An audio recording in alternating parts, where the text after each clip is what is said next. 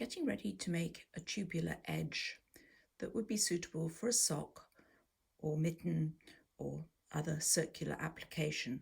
There are many ways of making a tubular edge, and this is just one of them. So I've begun by making a crochet provisional cast on directly onto one single knitting needle that is 3 to 4 size increments bigger than the size I wish to use for the actual knitting. I've cast on half the number of stitches that I actually want, because this is going to double up when I fold this piece of knitting around. This is waste yarn and contrasts with the working yarn. The next step is to knit the first round, and we don't have any need to set this up in the round at this point. So continuing on the larger needles, I'm working ridiculously loose, and it will be stockinette eventually. I've knit the first round. Okay, it doesn't look like a round, but now is the time to fold it into the round. So I'm going to squish the stitches up, let them leap from one needle to the other like successful lemmings until I've put half, which that is 10 stitches, and I've got another 10 on this needle. And now I'm going to fold it into the round. This is a great way to start small circles, even with a regular cast on, folding it after you've completed the cast on onto one needle. So the hinge is at the left, the last stitch I worked is on the far needle, and now I can start making this into the round. So I've slid the far needle so it's sticking out at both ends. I'm sliding the stitches near the tip of the first needle, and then I'm going to continue with my larger size needles.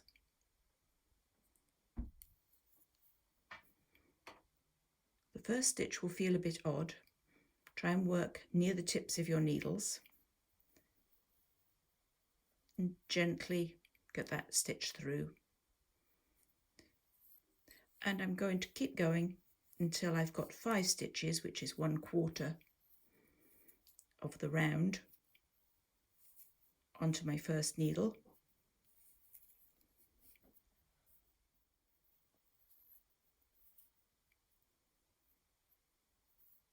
Then the second quarter,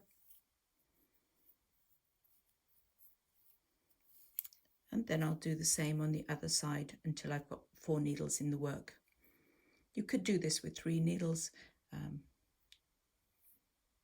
Choice is up to you.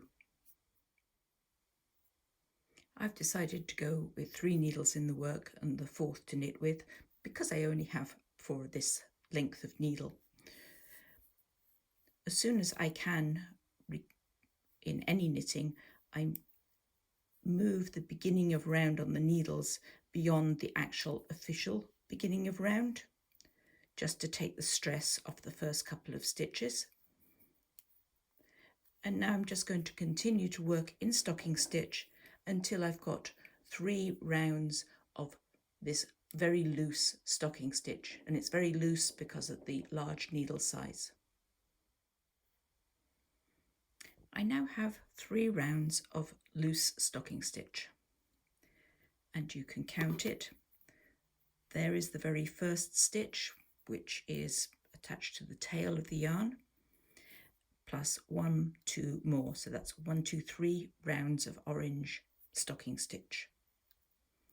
Now I'm going to fold this edge over and make it become. Here are our stitches from our first round of knitting into the provisional edge. I haven't shown the provisional edge.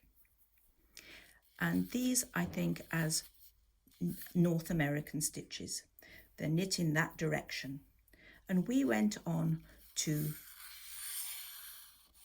work 3 rounds in total. You could do 4. It just makes a bigger tube, which can start to look unsightly. You have to experiment on a small swatch. So here are the 3 rounds that we made. And what exactly are the Australian cousins? When we fold this upside down, the heads of these stitches will become the purls. And because they're down under and in between the original direction stitches, I christened them Australian cousins.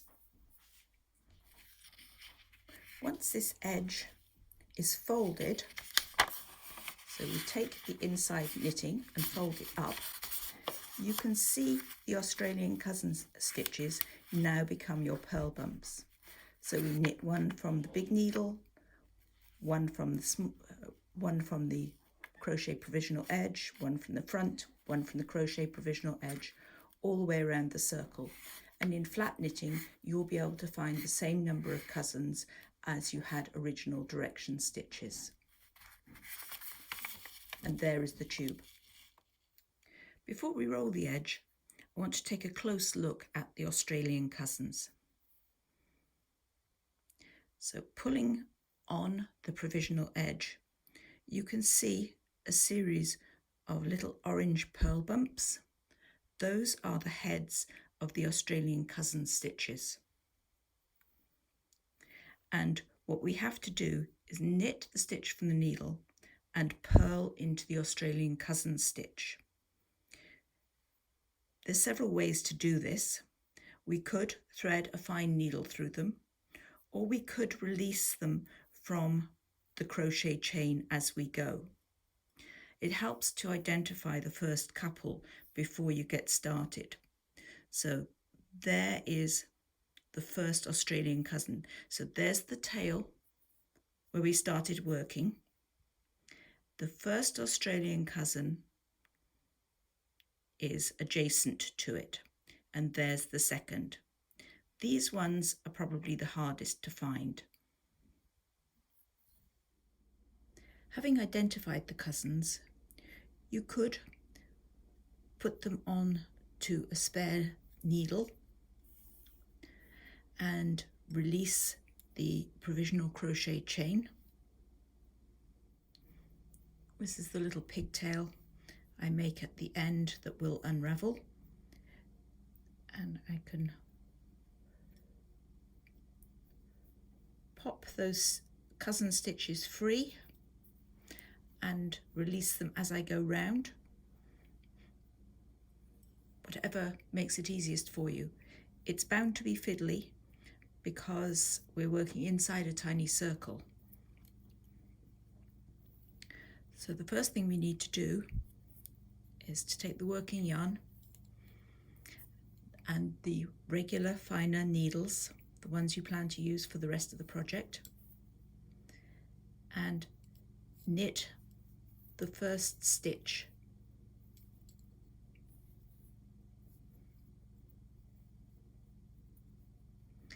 Then bring the yarn forward and purl the first Australian cousin stitch. Take the yarn back and knit the next stitch off the front needle. So here we go. Let's make sure we don't split it.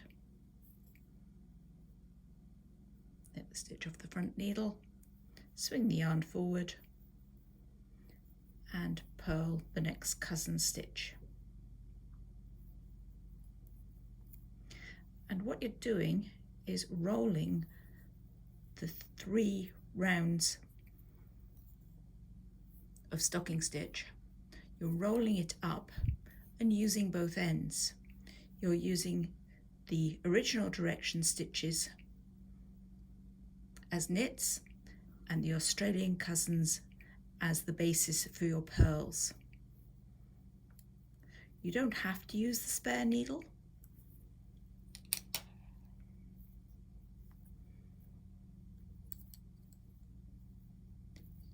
You can take your needle in to the cousin stitch. You can see the cousin purl bump there. And I'm just getting the provisional yarn out of the way and purl it.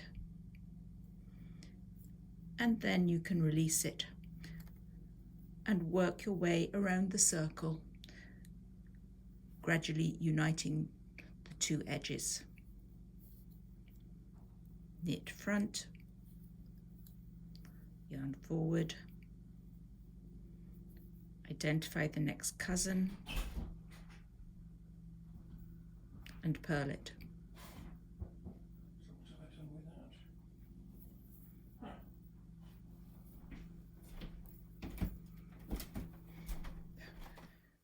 Work your way around the circle until only one stitch remains on your big needle.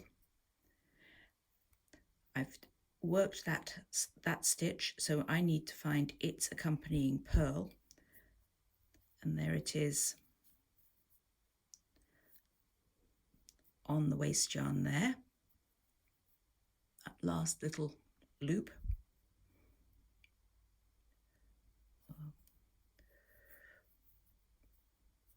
Bring the yarn to the purl position, purl this, I can remove the waste yarn,